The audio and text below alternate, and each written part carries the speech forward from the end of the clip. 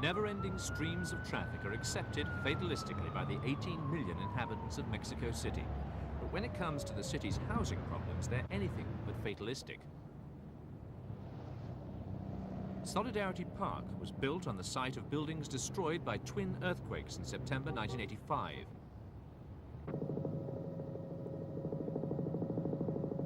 Measuring 8.1 and 7.3 on the Richter scale, the earthquakes on September 19th and 20th destroyed and damaged hundreds of buildings. This archive footage shows the extent of the damage. High-rise buildings collapsed like packs of cards.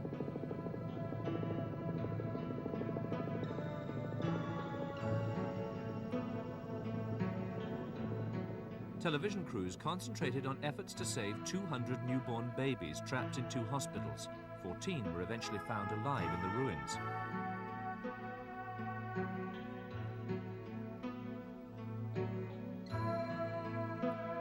It's now estimated that as many as 45,000 people died in the disaster, though the true figure will never be known.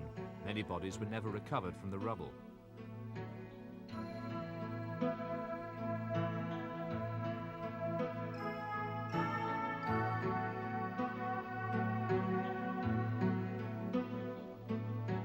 Tens of thousands of people were also left homeless.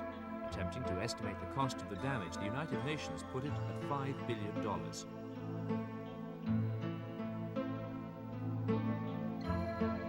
Today, the government still faces the task of rehousing 40,000 families whose homes were destroyed in the earthquakes. Everywhere, the earthquake legacy is evident in the shattered buildings. Government departments have demanded the demolition of 112 damaged high-rise blocks, but the owners have paid no attention. Landlords, having accepted officially frozen rents from their tenants, have refused to do anything about crumbling, damp and dangerous apartment buildings. The government housing campaign has provided new buildings with thousands of apartments. Long-term, low-interest loans are provided for buyers, but it's estimated that another 12 million homes will have to be provided here before the turn of the century.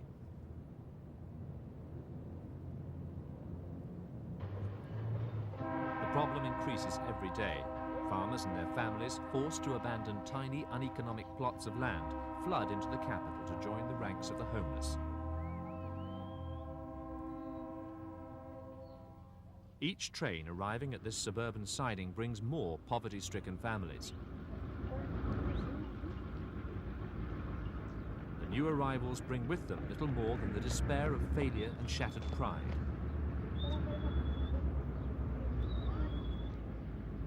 The government has been criticised for failing to provide a significant development programme for rural areas. Without a comprehensive programme, government critics say there's little that can be done to stem the flow of campesinos to the already vastly overcrowded city.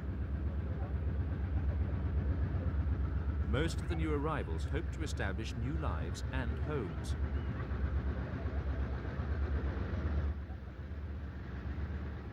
Many get no further than the siding, where they set up home in abandoned rail wagons.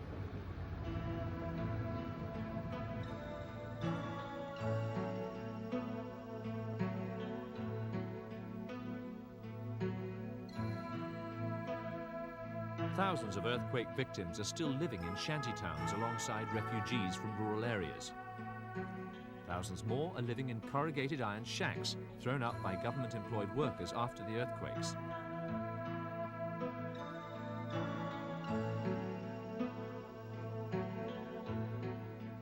But these people haven't abandoned hope. The earthquakes set off a wave of solidarity which swept through Mexico City's lower classes. Now they're united in the struggle for housing.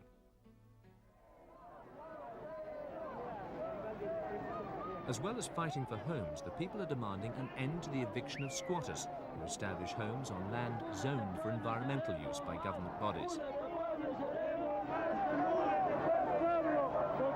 These people are not regarded as political activists. They're seen simply as poor, working-class people using the only means available to them to embarrass the government.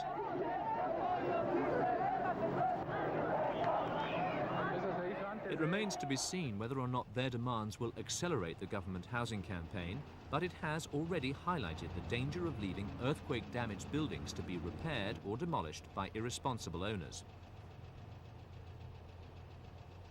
The government is reviewing a proposal to end frozen rents, generally blamed for restricting repairs or reconstruction. And there are plans for the government to step in and demolish privately owned buildings classed as dangerous. But these measures could take years to implement. In the meantime, thousands of families living in this vast city are forced to live either in dangerous buildings or in abject poverty.